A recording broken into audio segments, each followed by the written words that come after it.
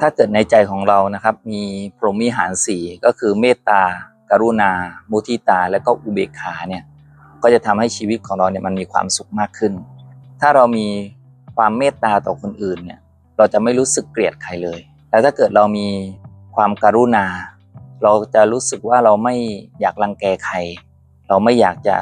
ทะเลาะวิวาทกับใครเราไม่อยากจะมีปัญหากับใครถ้าเกิดเรามีมุทิตานะครับเราก็จะมีความรู้สึกยินดีกับความสำเร็จของคนอื่นเราจะไม่อิจฉาริษยาใครแต่ถ้าเกิดเรามีอุเบกขา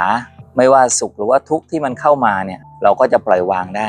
สุขหรือทุกข์ที่มันเข้ามาเราก็จะมีความรู้สึกว่าเรา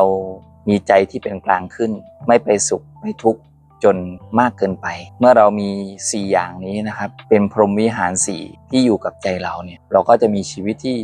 มีความสุขมากๆนะครับ